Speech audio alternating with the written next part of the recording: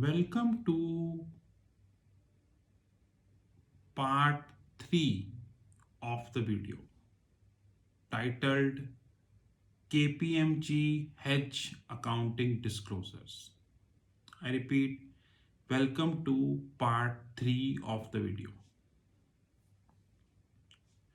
So, in cash flow hedging, I have given you an example of Amazon India.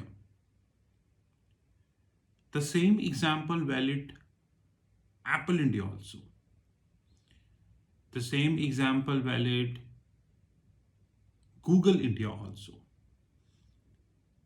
I'm not covering IT companies because IT companies example is highly complicated in this regards, because rather I would say when it comes to IT companies, if I leave the top 4 companies aside, which is Amazon, Google, Microsoft and Apple, then IT company example is complicated. But if I take these 4 companies also into the picture, then IT companies example is not complicated. But let's take an example of,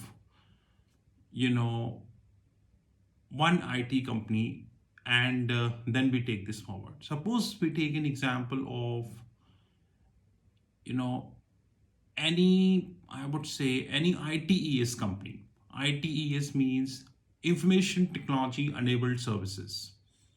Now, ITES model in India is of two types. Number one who is dependent on intercompany. Number two, who is not dependent on intercompany. Rather, it is a direct or group company model. So let's take an example.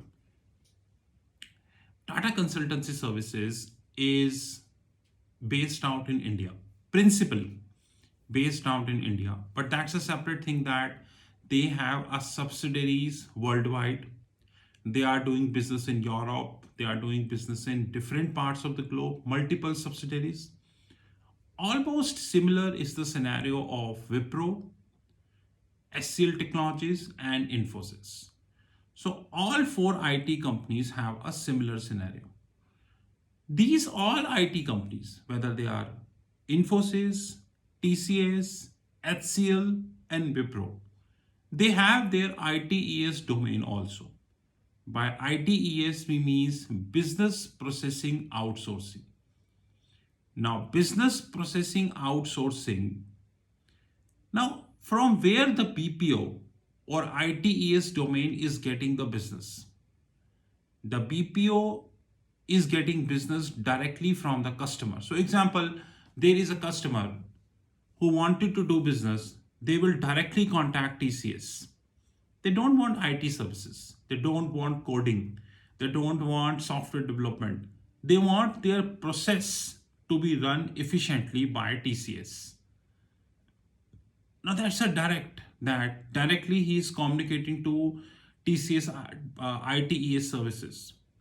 Probably if TCS, the Tata group, needs to handle some process, they will give this to their own company, TCS, which is called intercompany model.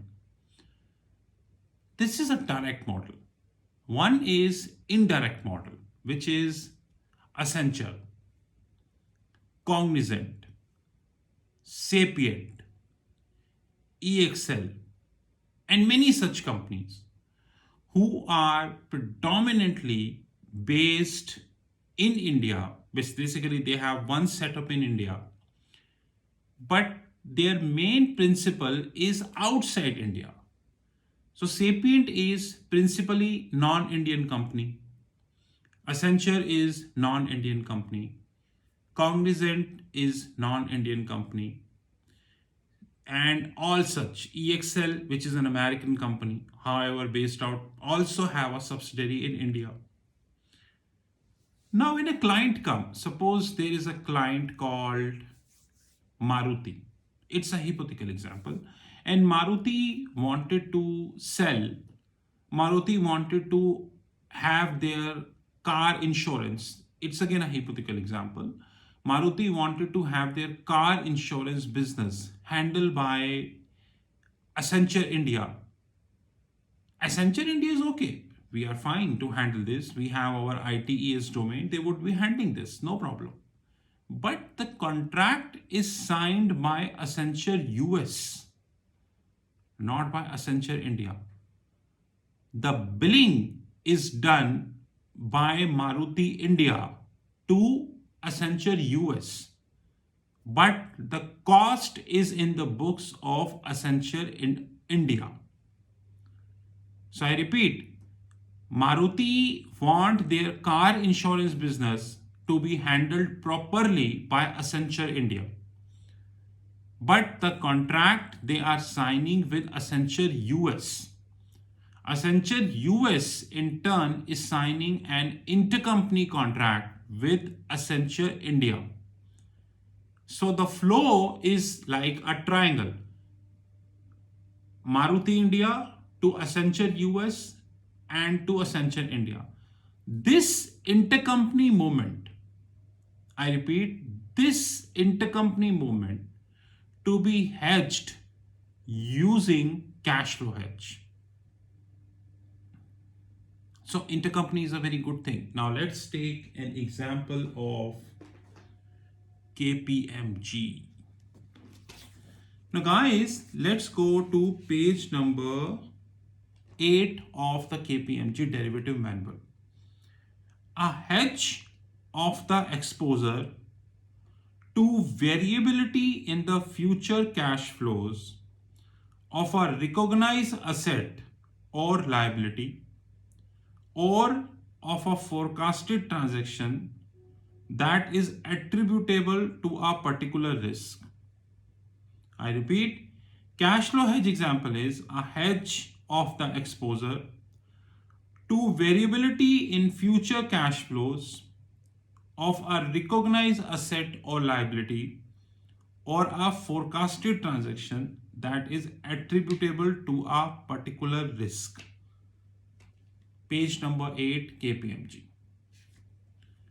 Guys, in page number 8, KPMG,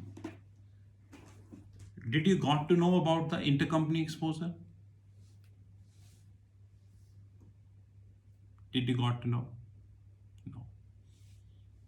But Accenture India is intercompany. Sapient India is intercompany. Cognizant India is intercompany. EXL India is intercompany. Many such examples. Many such examples we have. And one critical thing which I not discussed, because this is very technical thing I cannot discuss and subject to consultancy, is what percentage of intercompany. Probably I'm not explaining in detail, probably just giving you a hint. Cognizant India might be 50%, Sapient might be 40%, Accenture might be 60%, EXL might be 30%. All differs because of a fundamental concept. I repeat, because of a fundamental concept called exposure. Rather, precisely speaking, intercompany exposure. And that exposure which we need to learn. That's very important thing. That exposure which we need to learn. But have you seen the definition of intercompany which I said here? No. But this is KPMG. This is KPMG. Whereby in 2022, when practically speaking, we are on our intercompany business model. I am telling you, I haven't raised a more pertinent point, which I might be raising in a separate video called permanent establishment structures. That is completely separate business model. Permanent establishment structures. Now, this business model is extremely extremely difficult to understand, competitive, and subject to complexities. Permanent establishment structures. So, a cash flow hedging program of Amazon India is completely different. Then we have a cash flow hedging program of TCS India. On the contrary, the cash flow hedging program of Cognizant India is different. Apparently, it looks similar to Sapient India, probably EXL India, but fundamentally speaking, it differs. While the cash flow hedging programs of permanent establishment structures, I repeat, permanent establishment structures of top tier software companies, or top tier manufacturing companies is more complex, complicated, subject to interpretation issues than I mentioned above. This is only cash flow hedging program which we are deliberating, by the way. But if you look at this, and I again repeat, please see what it is mentioned, KPMG. If you look at this, you will never realize what I'm talking about. And this is the Big Four capability. This is the Big Four capability. This is the capability which the majority of the world is not aware about. Because when we print these books, rather guides, which are widely available on their website, on the Google, you will feel that it is correct. And these manuals are used worldwide. I repeat, these manuals are used worldwide for hedge accounting. We would be deliberating more about hedge accounting. But what's an unfortunate reality? The unfortunate reality is we are way before than the practical exposure.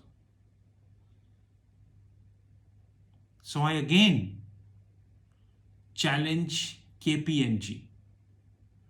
I again challenge KPMG. And if they feel that they are competent enough, I repeat, if they feel they are competent enough to answer the queries, I'm right here. Right here. And by the way, I would be having more videos covering Big Fours on the YouTube channel.